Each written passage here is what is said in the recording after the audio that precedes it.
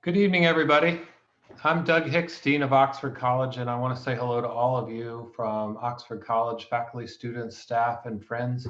I know you're in many time zones all over the world, and we are thinking of you here on campus.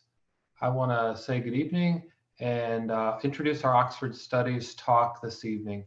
We're privileged to be hearing from Dr. Gary Glass, our Director of Counseling and Career Services at Oxford, and he's going to give a fantastic talk on something that's germane and relevant to all of us, family matters, getting through the COVID-19 crisis as part of your family.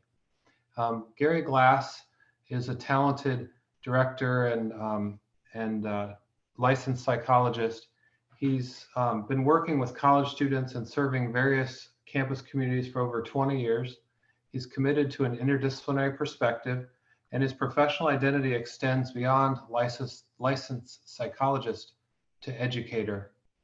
He incorporates skills and wisdoms from his undergraduate studies in English literature and communication, as well as his deep appreciation for music, poetry, and theology, for the many truths and tools found in those spheres.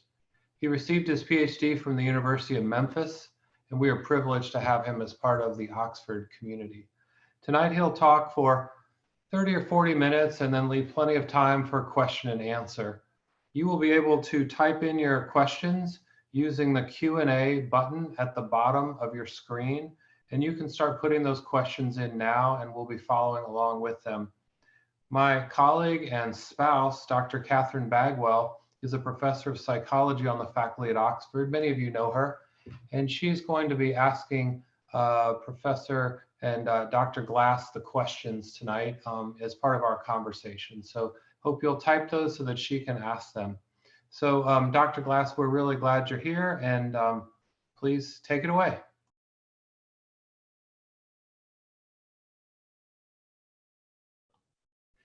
So good evening. This is a very unusual circumstance. I earn a living having face-to-face conversations with students, and here I am looking at a computer screen. But I feel your presence, and I want to just share with you, just because it's kind of funny in an ironic way, that I'm doing a talk on family matters, and today is actually my father's birthday. But as fate would have it, due to all the things that are going on, we're not able to be together, but we will Zoom our happy birthday to him in a couple of hours. So I was really interested in having this conversation with you all this evening, primarily because it occurs to me how much family matters and what the different family matters are that matter. As Dean Hicks referenced, my background in English literature, as well as the work that I do for a living, has me pay attention to words. And I'm hoping that this evening we can have a time together that will allow us to think, whether you're a faculty member, a staff member, but especially for those of you who are students, to think about how this experience really allows you to think about what your family situation is, and how that might inform the way you spend the next several weeks, and in some way have that inform the way you spend the next several years. So the first thing I want to ask is just, how much does family matter? And what I'm going to be sharing with you over the next few slides is informed specifically by the students that have sought our services here at Counseling and Career Services over the last 2 years. And so perhaps from a scientific perspective, it's not as big of a sample size as would be ideal, but it struck me as important for us to think about. The reason I chose 2 years is that it captures the students who are on Oxford's campus now, either virtually as the situation is, but also the students that we have currently, including before all this occurred. So how much does family matter? When students come to our office and seek services, we ask them to fill out some paperwork that allows us to get a better sense of who they are beyond just whatever struggle they're having. And included in that paperwork is this question: how much you agree with the statement, I get the emotional help and support that I need from my family. And over the last 2 years, which is about 360 some students, the answers to these questions show us that for the most part, students actually have somewhat or strongly agree with this notion that they get the emotional help and support that they need from their family. And to me, that's just worth acknowledging. So students, if you're home, yell some love and appreciation to your family. And I think it's just really important for us to know as a community that we do have, for the most part, a pretty significant imbalance between those that feel they have that support relative to those who do not. Now, relative to the same question with regard to the support that I get from my peers or friends, there's a little bit more support, but that's actually to be expected. For one, as emerging adults and actually living on campus, it makes sense that your peers are gonna matter quite a lot. And sometimes that reflects that family situations may not be ideal. And so we're gonna try to take a look at both scenarios, but being careful not to assume that those are mutually exclusive. In other words, it is quite possible for students to feel some sense of support and help, even though there may be some aspects of their family life that may be challenging. So most of the time, our students report that their families support them. And what does that mean? Most of the time, it means that parents convey that they are available during hard times and they're offering support and advice. Parents and families offer encouragement for students to do the best they can. Their sense of, we love you no matter what, we support you no matter what, even explicitly saying, do the best you can with your grades, but you've got our support. Most of our clients report that their families encourage them to pursue whatever majors will lead them to happiness or satisfaction. Parents giving advice, yet offering enough autonomy for students to make some of their own decisions. And parents and families are apparently, for the most part, serve as really good sounding boards and a source of emotional grounding. So how much does family matter? Quite a lot, and in some wonderful ways that I think really shows up in how a lot of our students do thrive and navigate a lot of the challenges they have. However, even in those situations, one of the things to keep in mind is that even in supportive, loving, and healthy families, personalities become amplified in this COVID-19 context. In other words, louder people become louder and quiet people get quieter and more reserved. We often comment about the difference between extroverts and introverts on campus. Well, that's probably also true in your households. Worriers will worry more. And those who don't worry as much are going to probably make a lot more jokes. They're probably going to take things more lightly. And it's important to know that these two have an interactive relationship. In other words, sometimes worriers are the loud ones. Sometimes those who don't worry are the loud ones, and vice versa. And already we begin to see how personalities become amplified when we're in a situation such as the one that we're in. Emotionally sensitive people become more emotionally expressive, which just makes sense. And logical people become more likely to spew out statistical probabilities and get very cerebral and get very academic. And productive and active people will become more restless as they question their sanity. I imagine a lot of you are finding it quite difficult, particularly those of you who like to be very active, both physically and in terms of your co-curricular activities, finding it really challenging, especially if you're in an environment that has a lot of shelter in place orders. Meanwhile, those that are less active or more comfortable with stillness are really taking advantage of the slower pace that we're facing in a lot of ways.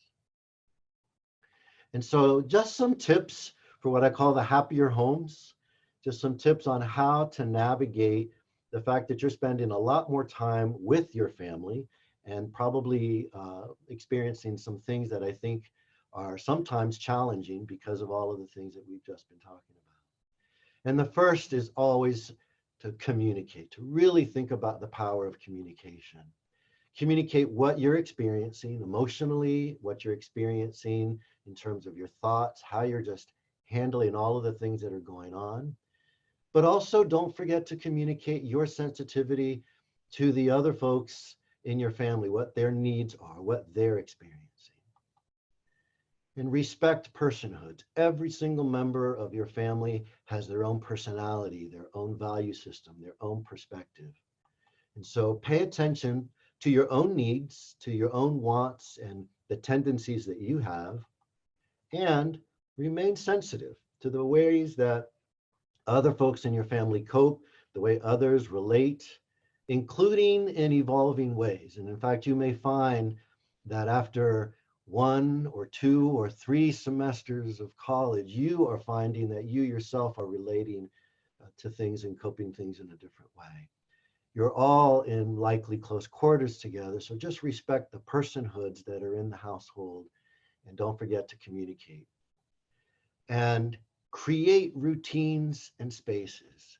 Now I say create, even though for most of you, you're home in some form or another, that is very familiar to you, one perhaps that you even grew up in. But we also have students that have gone to homes that are different than the ones that they left.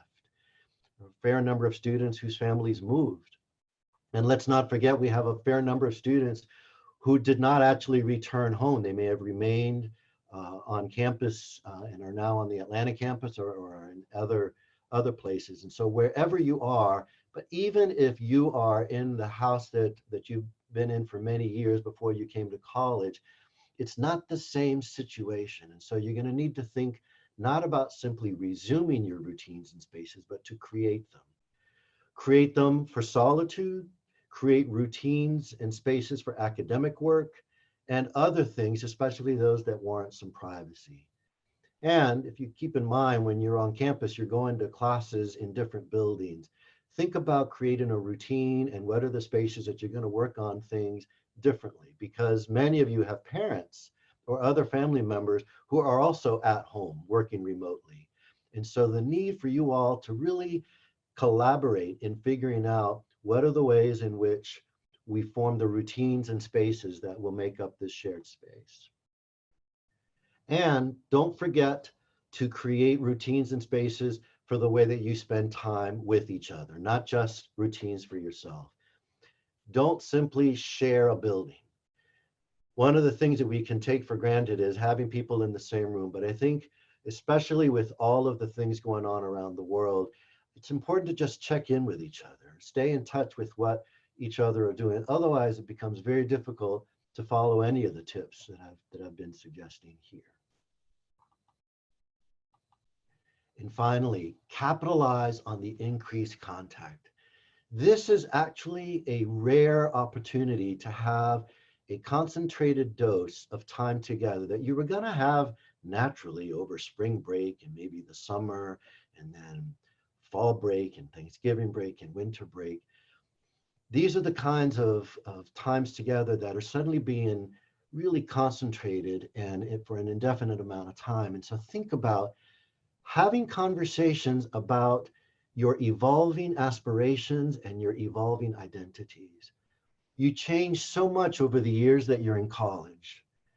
And for those of you who are faculty and staff, to be thoughtful about how our students, and maybe even you and your families, are already evolving and growing in some ways.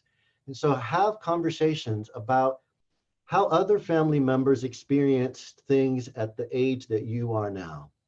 And so for you Oxford students, think about, awkward as it may be,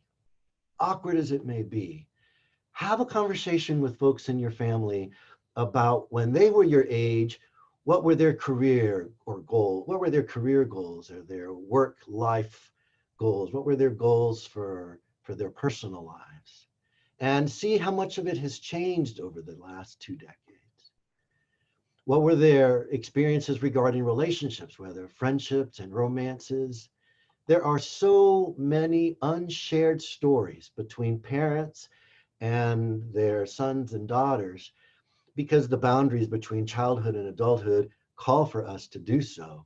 But this is perhaps an extended period of time to have some of these conversations that really help you get to know each other in ways that may be more illuminating than you could possibly imagine, and certainly build a foundation for your relationships with your family members as you emerge into a more complete adulthood. And don't forget, as great as your family may or may not be, stay in contact with others outside the family. The friends, both from home as well as your friends from Oxford, and of course, faculty, which naturally you students are in frequent contact with your faculty through remote learning, and any of the staff members that have become mentors or just support persons to you. So all of these things are opportunities to recognize that even though we are all exposed to different levels of how this pandemic is impacting us, depending on how it's impacting your particular community, the fact that you may be spending a lot more time with your family can add some stress, but it also does offer opportunities to really, in the same way that we're concentrating a lot of the learning remotely, you're going to be able to do this. And so I want to pause for just a moment before we go into the next section and just see if there's any questions that might be helpful to inform how we go from here. Hi, Gary, it's Catherine.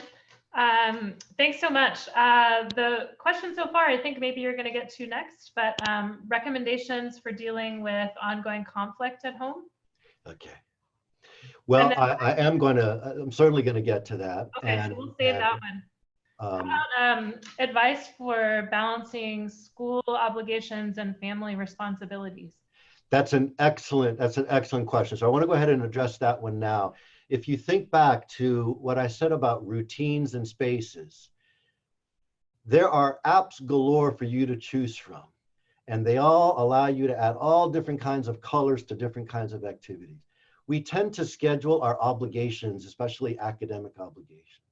But think about creating a routine and enjoy the colors to create not only different courses, but the way that you balance your home responsibilities with your academics really comes down to what your natural tendencies are for rhythm. For folks who actually need a lot more variety, to intersperse chores and home obligations more frequently so that you're going back and forth from academics to home responsibilities as well as relaxation and just relating. For others, it's much more natural for them to put much larger chunks. So this part of the day is just classes, and in the evening or weekends, I'll do more chores. So really pay more attention to your own rhythms, but try to notice how they are naturally becoming routines and see if you can maintain those routines much like you do on campus, at least hopefully the way you've been doing on campus. So I'm going to go on into the next section of the talk, and we'll stop for questions a little bit later. And so what about the students at Oxford who may not experience getting the emotional help and support they need from their families?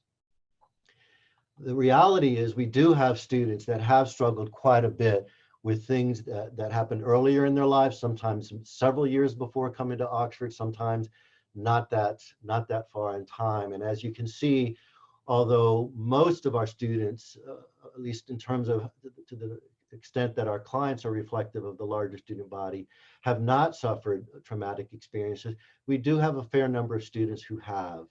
And as you can see, the larger proportion of those are what students identify as emotional abuse. And clearly we have some that have suffered physical and or sexual abuse, which we'll save for another time because that's a much more involved conversation. But all of the things that we'll talk about, I think, apply to just this deeper question of when I come from a family that has been much, much more difficult and hasn't met my needs? What are the ways in which I can begin to address that or to begin to understand that? And so one of the ways that we can begin to have that conversation is to start thinking about what are the different forms that that takes. And so one of the questions that we ask, in addition to those categories you just saw on the two previous slides, are what other traumatic experiences? And students write a variety of things, but they tend to fall in one of these categories: grief and loss, the death of a loved one, or sometimes just learning that a family member has been diagnosed with a life-threatening illness.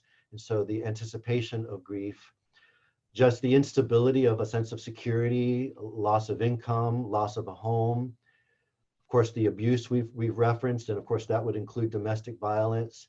A lot of folks coming from families where there's some mental illness, including suicide attempts, divorce, or just having a parent where there's a lot of mental illness or emotional instability.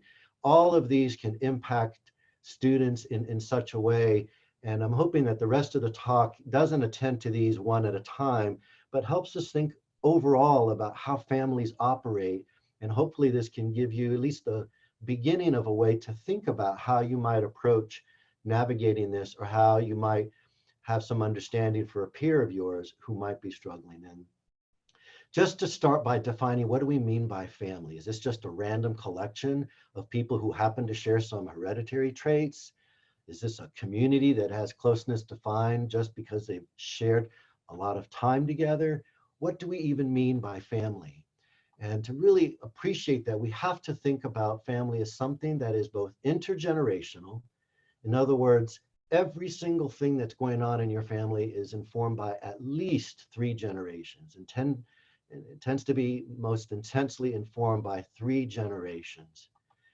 That's very culturally informed by the customs, the values, and the traditions of the world and worlds in which your families emerged into our world, and the various roles and functions, which are of course informed by the intergenerational and the cultural nuances of what makes your family unique and what makes your family operate the way most families operate. And so the first thing I really want to offer is to think about a family as a system. We have a lot of very romantic notions about what a family is, which are really defined by sometimes overly Western notions of the nuclear family.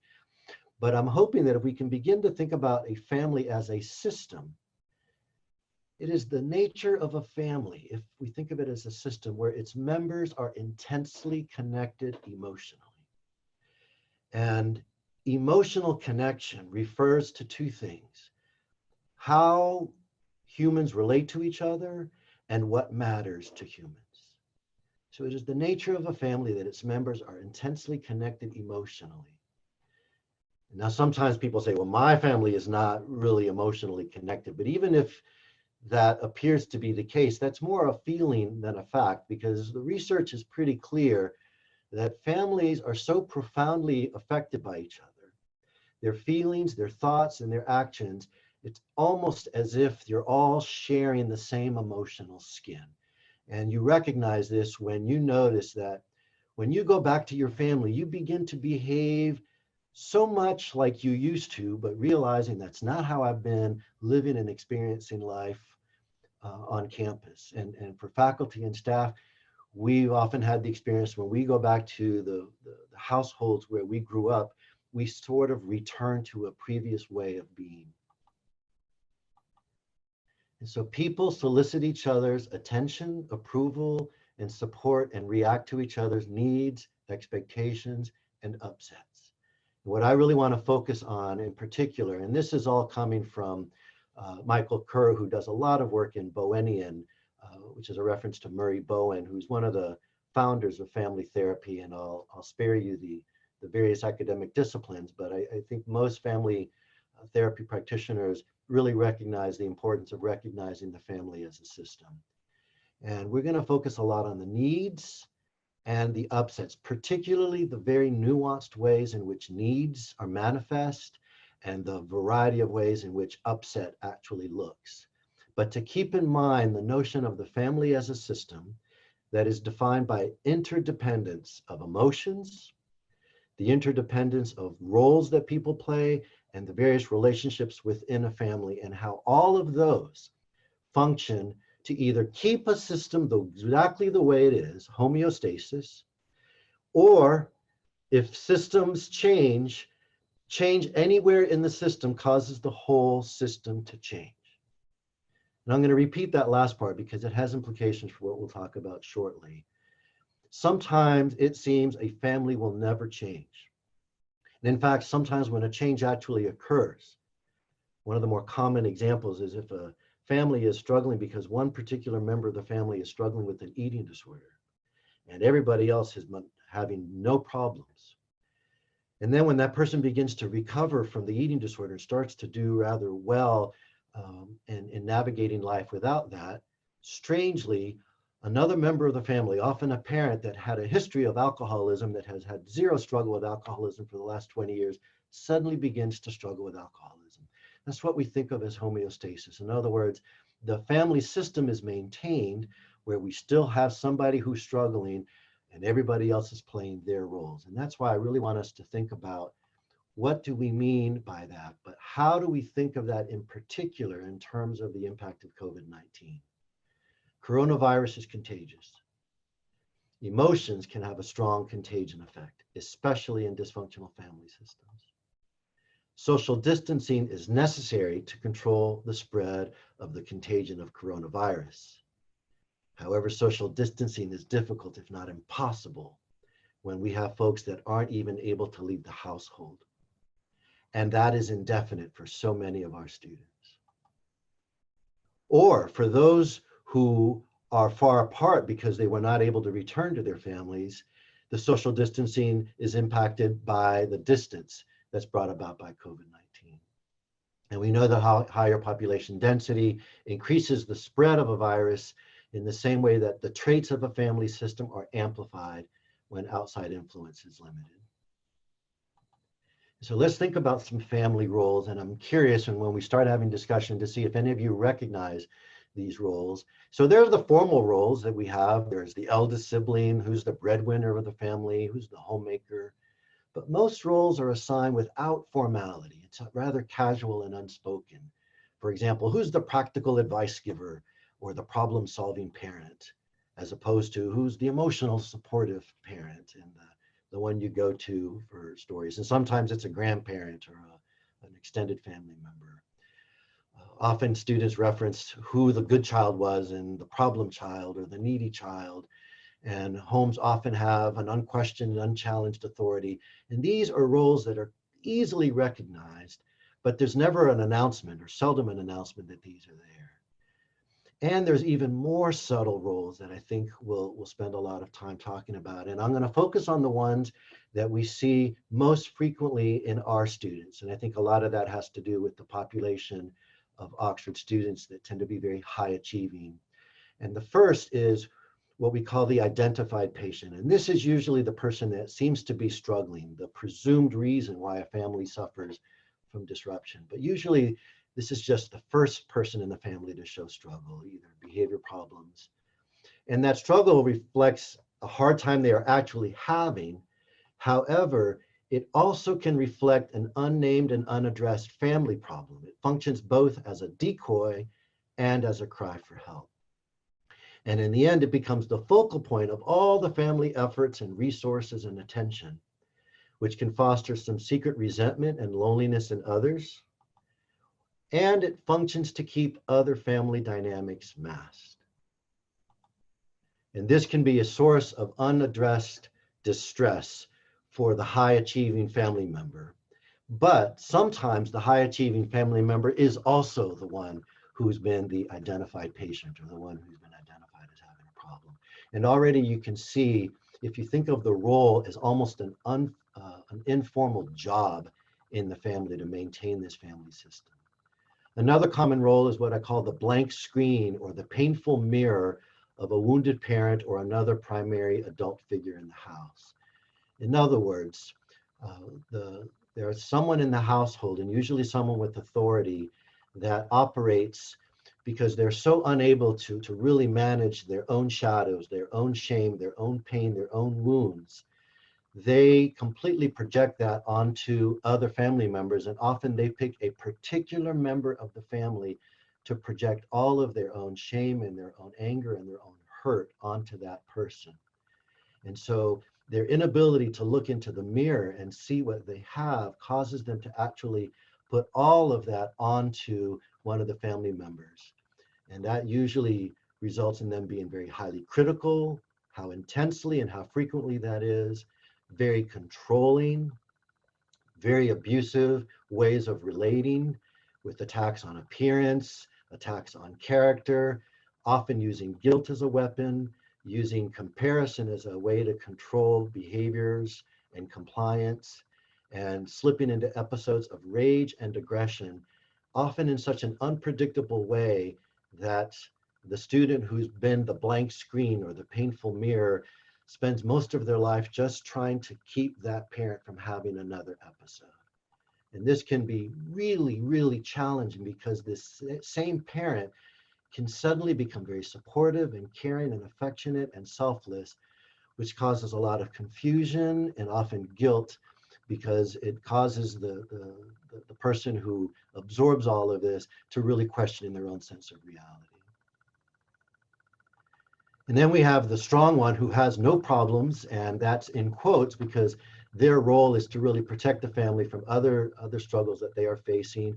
They may have attempted to say, hey, mom, dad, uncle, auntie, tia, whatever the other family member is, I struggle too, only to be told some kind of message that says, I really need you to not struggle. I need to have at least one normal child. Your other parent can't handle the stress. I know you're strong. I know that you don't really need anything. And sometimes these messages can be intended to be encouraging, but they're also functioning to keep somebody in a role that can really be amplified in this coronavirus situation because of the concentrated dosage. And that leaves that person being afraid of rejection or emotional collapse or feeling responsible. If I do let others know that I'm struggling and then things go bad, it's all going to be my fault. And there's a tendency to just continue striving and being excellent and high achieving because I know that that's what helps keep my family running the way it's supposed to be. And that leads to a very secret struggle that I think is something that we all need to be sensitive to, that there are a number of our students who are carrying all of these roles, but they're unlikely to be visible in any sort of obvious way.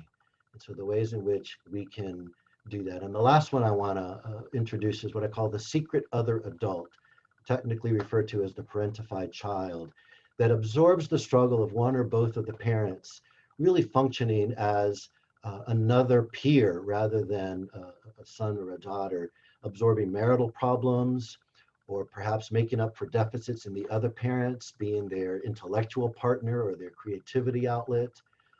This is a way of keeping the parent from being lonely, or to make up for an absence of leadership and stability in the household. Often this is a result of maybe alcoholism or drug addiction or some other problem in the family. And of course, this secret other adult has to really assume a lot of responsibility for not only the children, but they often parent the parents as well. And so overall, the suggestions are, and this is such an oversimplification, but to first clarify what the family needs. And you know, hopefully nobody is doing this on their own. You're really getting support from a counselor, including any of us that can function as consultants for you. Does the family need to kind of stay the way things have been for now? Or do we really need some change and we need it soon? And have that be informed by the context of this current situation of the pandemic's impact on your household. So do you confront or resist with your emerging agency and autonomy as an adult, keeping in mind that it's going to be hard for you to remember that you might actually have access to that because you're so used to being in this family as the younger child? Or is it important to navigate and strategize, how can I contain an erupting or high-risk situation? Or do I just need to develop a safety plan, including noting at what point have we passed a threshold that tells me I need to activate the safety plan? And again, I'm happy to offer consultations. Just call our office and ask our receptionist to schedule one if you really find yourself needing to make a decision like this. And of course, don't simply do this spontaneously. Get to a place where you've mentally rehearsed that, perhaps with the support of someone outside of the family that can help you navigate these spaces. And sometimes it's not as dangerous or psychologically threatening. Sometimes it's just a matter of really addressing some tolerable dysfunctions, but recognizing that under the current environment, we really need to take some action now. Now, the other suggestion that may help is to begin to distinguish between a situational conflict and an ongoing power struggle. If it's a situational conflict, remember the goal of a healthy conflict is to improve understanding and mutual respect, not to win the conflict. So clarify as calmly as possible while still acknowledging you may have some strong feelings about it.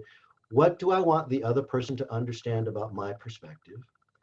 And can I reflect back to the other person what I understand about what they think and what they feel about the situation, and offer my observation about how this conflict is impacting our family or our relationship. So the goal of a situational conflict is actually to improve the relationship.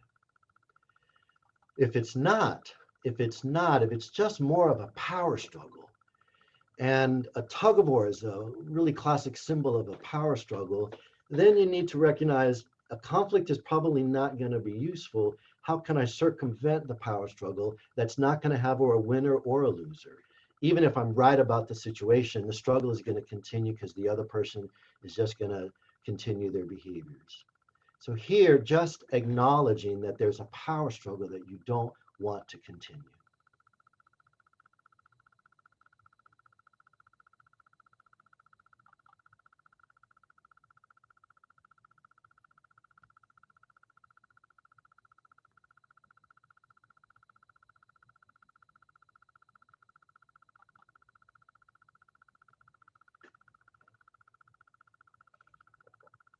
Now, this is the language that a counselor might suggest.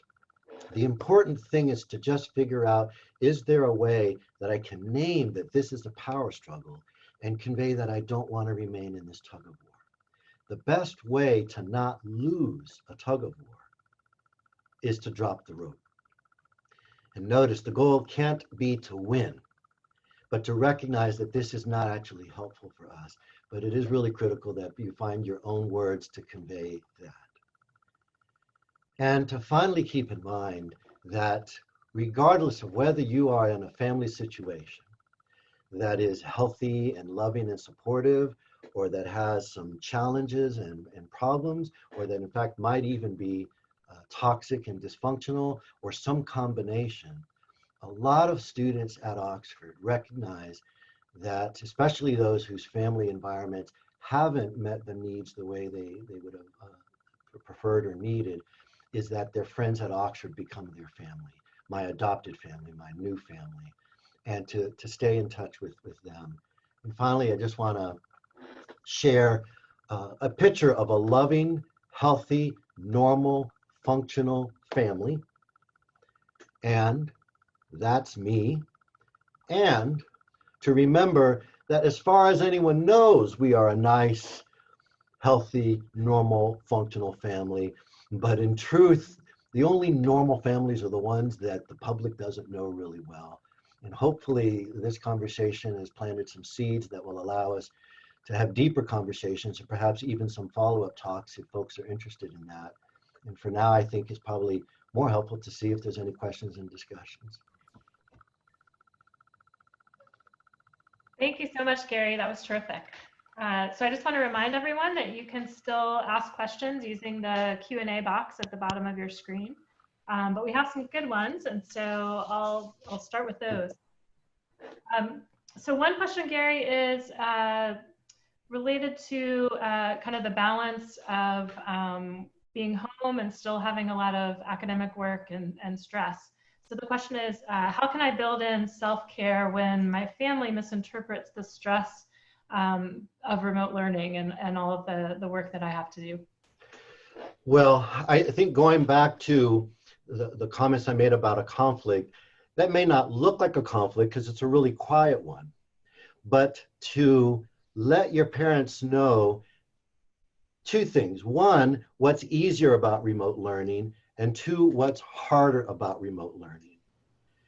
And I think one of the things that students can do, perhaps in collaboration, is going back to the suggestion I made about routines and spaces, see if they can show their parents all of the assignments that they have, and with some input from their parents, identify when will I do some of the domestic things, but to really inform the parents on how much reading I have to do and what's expected, because what's happening is there's not as much knowledge about both your situation and that of your family. And so the first thing that we need to do is balance the information, and then see if you can negotiate about a little bit more time for the domestic things, as well as maybe your parents can say, well, for this class you can have more time, but for that. And be honest with your parents about when you procrastinate. Be honest with your parents about when you struggle with your own time management, and ask them if they ever struggled with time management. Going back to the suggestion I made earlier, ask them, how did they navigate so many different things when they were your age? And let them know that you are still learning to balance these things. So change it from a conflict to a collaboration, and see if that helps. Great. This question is somewhat related, though it's not so much about talking to parents, but rather, do you have any suggestions for how students who actually are in challenging family circumstances like you're talking about, how can they reach out to their professors for understanding and support related to their academic work? Yeah. The answer to that question depends on how comfortable you are revealing more very personal, private information. And so what I would invite you to do is to just let the professor know broadly, I'm facing some challenging family situations. And keep in mind that your professor's role may be to figure out what ways they might be able to connect you with support on areas around that they may not be able to help, but that the professor's role is to be aware that you might be impacted by some additional stressors, and to see what support you might need. And so just be aware of what you hope the outcome of sharing this with your professor will be. In other words, don't make it something for the professor to decide what to do with that information. So, may I have some extra time? Or I just want you to know that the quality of my work may not be what it typically is. So do I just want them to be aware? Or do I want them to be supportive? Or do I want them to give me some flexibility in assignments? And be clear on what you need from them when you ask them about that. And invite them to consult with us here in Counseling and Career Services about how they might be a support to you, depending on how much you share with them. Great. And I invite either of you as both faculty to shed some light on how you might respond to that question as well. Yeah, I would say ditto to what you just said. I hope that if my students are struggling in any way, that they'll reach out to me, and they don't have to divulge any personal information that they don't feel comfortable with, but it's enough to say that they're struggling, and to give some suggestions of what I could do if it's changing deadlines or whatever it might be, to help relieve their stress. And I want to add one thing to that is, sometimes a professor will hear from a student and they will reach out to us, and they'll even share that information. We, because of confidentiality, can't acknowledge when we've already been working with that student, but if we get that information, we're more likely to reach out to that student. Now, it's a different scenario if we've never worked with that student, we don't know much about it. Then of course we're not going to reach out to a student because we don't know what impact that would have on their family situation. But just be aware that sometimes faculty do consult with us, and we're able to take some action. Other questions? Yeah, I see several questions about two different issues, so maybe we can cover both of them. One has to do with finding space and figuring out how to. A related one is how to have conversations with parents about needing to have some space when you're in close quarters and when you don't want to hurt your parents' feelings and things like that. But how do we get that space we need? Well, I would start by making this observation, and this is especially true if you have other folks at home who are working at home, including siblings who have schoolwork, is to see if you can get everybody in the same room and acknowledge the following. I came from Oxford College, which has this many different buildings, this many acres, and have everybody share the spaces that they came from. And then point out how many bedrooms and how many nooks and crannies are in the home that you're in, and say, can we have a conversation about places that are favorites for us, places where we have the quiet that we need, not just for one particular place, but even keeping in mind that you would change classroom buildings, but make this a fun project. And for all of you Oxford students that really are enjoying the leadership development that we have, here's an opportunity for you to actually start a family conversation about how do we go from having this much space to this much space, and recognize that we are all trying to find that. But be sure to be prepared to say, these are the rooms and times that would be really helpful for me to be able to have that room or that couch or that TV if you're really looking to have a group conversation and you need a bigger screen to see everybody that's on the Zoom, but to really see if you can turn that into a collaboration possibility. Now, if you're in a family situation where there isn't much room for that, or there's not a lot of acceptance of that, then for you to just think strategically and quietly about, observe what other folks are doing and see if you can find the moments and spots, and simply say, I'm hoping that I can have this from this hour to this hour, and be as clear and structured as you can about when and where and what you're doing with that space. Great. So another few questions are more specifically about the roles that you talked about. So one is to think about, what's the best way if we see that maybe there are some opportunities for change here. What's the best way to kind of approach that? And then there's one that's a little more specific about, could you talk a little more about the secret parent who is actually a child but takes the family role of an extra parent? Yeah. Well, I think I want to tackle them both at the same time. And one of the things that I think you can take advantage of is what's going to be true at some point in the next few years anyways, which is your ability to say, all of our lives we've been this way. And I'm learning so much at Oxford College, and I've realized so much about myself, and to be able to speak almost objectively, almost as if you're reporting on a documentary, what I've noticed about how our family has always been, and how I wonder and I hope that we can begin to do this. And the first step after that kind of an observation is, I noticed that I've always been in the role of blank, and how sometimes that's kept other folks from being able to feel. So for example, in my family, I could say I was always the smart one, and it never really gave much room for my older sister to share her opinions.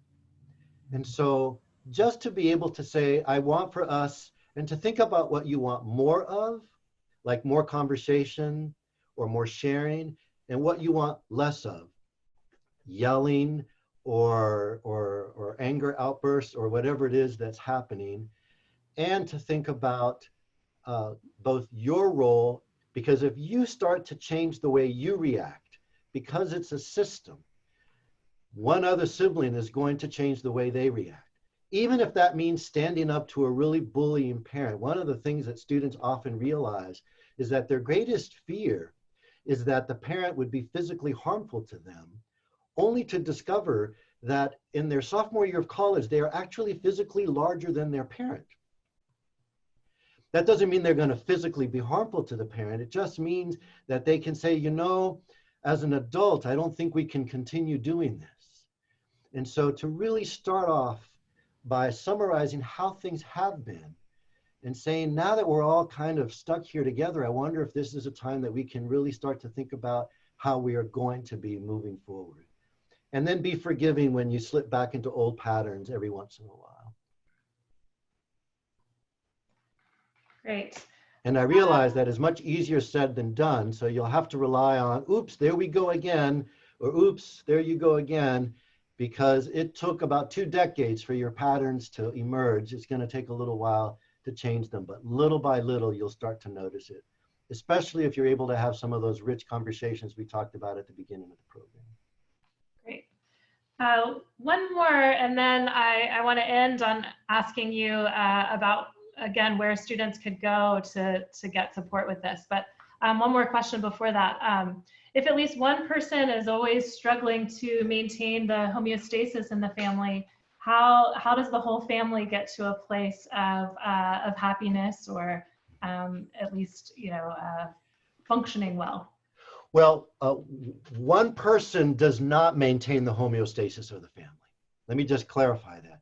The family system maintains its own homeostasis. One person can start to institute change, and it's likely to result in change. Now, sometimes that change can be really threatening and unsafe, and so you really need to be cautious about that. So kind of going back to that parentified child comment, which I did forget to reference, if you're noticing that you have been sort of in that parent role, I think acknowledging that first to a sibling that may have recognized that, and talk about how I imagine this has impacted you as my sister or brother, but listen to how that's impacted the brother. So if you can begin to have at least one other family member acknowledge that, and if you begin to see that the parent or parents are able to hear you just acknowledging, you know, I'm glad that I've been able to be so helpful to you all, but to be honest, sometimes I felt like I wasn't able to be a child, and I feel sad about that sometimes. Often your parents have known this for years and they feel a lot of guilt about that, but it's not been a conversation. And I think just you being able to start that conversation, and that's a much longer process of recognizing when you might want to resort to thinking, what are the ways in which I just want to let that go? Because you're probably afraid of letting go of that because you've been rewarded for years for playing that role. And that's a much longer conversation. Maybe we'll have a whole program just on that. Yeah. Great. So before we end, I want to ask, one, how can students maybe support their friends and peers when they hear that they're dealing with a challenging situation at home? And then I'd like to end just by, can you say explicitly how students could get in contact with you, or if there are other places that you can think of that students can go to get help with some of these issues? Absolutely. Before I do that, I want to let campus police know why I'm here. It's me. That's okay. Thank you. So my internet at home was so spotty in some Zoom sessions today, I didn't want to trust it. So Dean Hicks, be happy to know that campus police are doing the surveillance that they need to be. Good evening. Thank you. How to have peers support each other. If you can listen to what your peers are saying and say back to them your understanding of the situation they're in and the emotion that you can imagine or that you've heard them share. That may not sound like a lot, but what folks who are really struggling with the most is for somebody outside to be able to validate, I'm not crazy, I am describing something really, really difficult. The primary goal is that they do not feel alone in their struggle. And if you can repeat back to them your understanding of their situation and how you know that's making them feel powerless, angry, scared, use emotion words. Use the words that denote emotion. And if it's relevant and you are concerned of their physical safety and they're in the neighborhood, you can consult with your family about whether that your home might be a safe space for them. Most of the time, it's going to be more of an emotional nature, and to simply say, it's okay, don't be afraid that you're burdening me. I promise you, if it's reaching a level that's more than I can handle, I'll let you know. Because most of the time, students don't open up to their peers because they are afraid they're going to burden you. And with regard to your second question, how do they access our support? Was that? Yes. If you have already seen a counselor here for mental health counseling in this academic year, you simply can email your counselor and you can say, hey, I haven't seen you in a while, or if you're already seeing them, you already know how to access this. Is there a way that we can talk? I've been having a hard time, and they will send you some paperwork on how we're able to do that and what the options are. If you've never accessed our services before, do what you would be doing if you were in your residence hall. You can call our offices. The number forwards to our receptionist, and she can schedule a consultation that will have us either call you by phone or do a Zoom session, and then we can talk about the different options. And sometimes the options will be telemental health. Sometimes it'll just be a consultation. That'll be determined mostly by what you need and what your space offers you, and various state laws that we're having to navigate.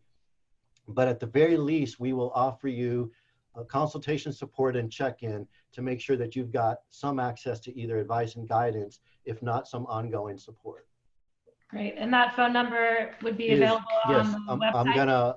I'm gonna repeat the phone number. It's 770-784-8394, or go to the Inside Oxford page. A lot of you don't access the Inside Oxford pages, but if you go to the Inside Oxford page, you'll see that there's a link that says something about the COVID-19 for mental health counseling. And on there, you'll see some elaborate instructions on how to access the counselors.